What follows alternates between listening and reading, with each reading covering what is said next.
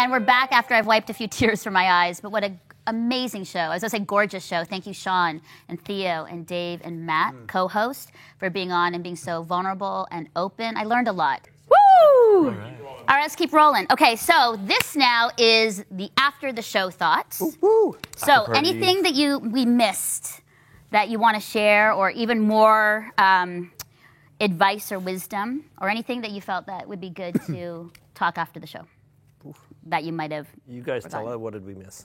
I don't know. I'm just asking you guys. I'm thinking now, but I know driving home, I'm going to be like, 5 things. 5 things. I think the mental health thing is a huge. Yeah. We scratched it. We didn't spend a lot of time. Are we doing that in the next one? No. Okay, so the mental health I think is super important because we've traditionally hidden it, Yeah. but we just continue to hurt ourselves when we hide it. Right. And we create isolation and people feeling like they're the only one who experiences that Yeah. by keeping it secret. Yeah. And we need to do a much better job as men at being vulnerable. And we need to follow the kind of the courageous leadership of the women in our life who have learned a long time ago what it means to be community together and have safe spaces. True. And we, I think, struggle with what that safety looks like because we're kind of always feeling each other out and when is it okay, and it's so wrapped up in identity and success and achievement, and it's hard to be ourselves. Well, I guess my question is, why is it so hard for you guys to be trusting of others? Like, is it something like you've been hurt before where you can't share, or it's just like, what is that? What is that part? Because for me, I think I have risked trusting women. I've been hurt, but I keep going because I know the importance of friendship and relationship. That's why I have a lot of girlfriends, but that is not what it was like. And if I had been like, those girls hurt me in my 20s, I'll never have girlfriends again. I wouldn't be where I am today. But I don't know if it's a trust thing or if it's just do you have the skills to be vulnerable? I'm just being honest. Like, I don't know. I sometimes think we don't. Males don't have some of those skills, or underdeveloped.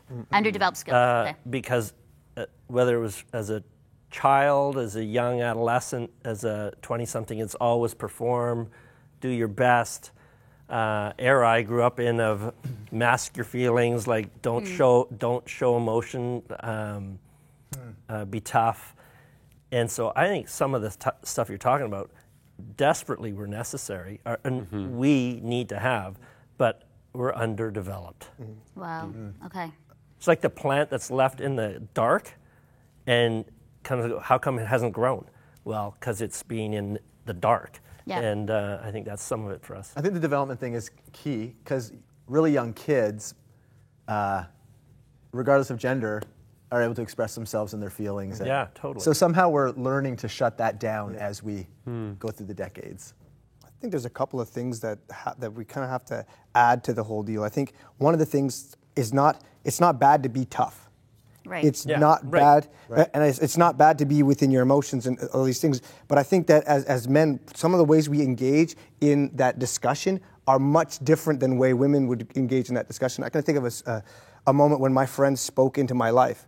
Now, he didn't speak in, they sat down and had a tea with me, and no, he kicked his foot through the wall. And I saw his foot, and that changed our conversation all of a sudden. Right. I was like, oh, okay, whoa, I'm woken up here. What do we need to talk about? And again, the place where we engaged, got onto the highway of discussion, is much different. And sometimes we're not sensitive to that as men, like this is where this is going. Yeah. But why? But the thing is, why suicide? Like, to me, that seems so extreme. Now, that's a whole other thing about suicide and mental health. But I just like one man every minute globally is like dying by suicide. To me, it's like that's a huge problem, and that's the resort. Like it's heartbreaking to me. I guess that's what I'm trying to say, right? So this episode has been how long? 20 minutes? Yeah.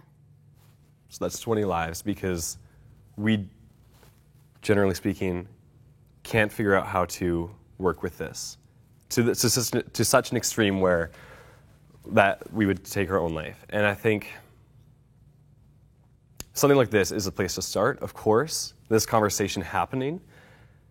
We need to facilitate these conversations. We need to facilitate action outside of this because this is a great platform. This is a great influence, and viewers watching that's going to be great.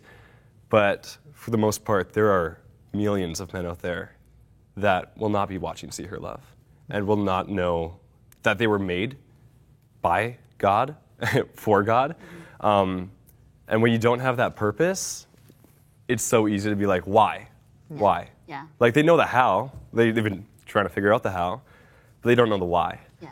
So I think that we need to go forward in love, but also like ridiculous truth and transparency when it's harder than we want it to be, and leaning into that challenge as opposed to shying away from it. And that's not an exclusively male thing. Like I think everyone can come on board to be able to just like really start to push for this because it is ridiculous. And you look at like the jail systems, predominantly men as well. Yeah. It's big. That's a whole other issue, but Yeah, that's good. Lots to talk about. We'll probably end up talking more in the green room, but that's the after the show thoughts for our show on, really it's like the struggle is real, but the struggles men face here on See Her Love.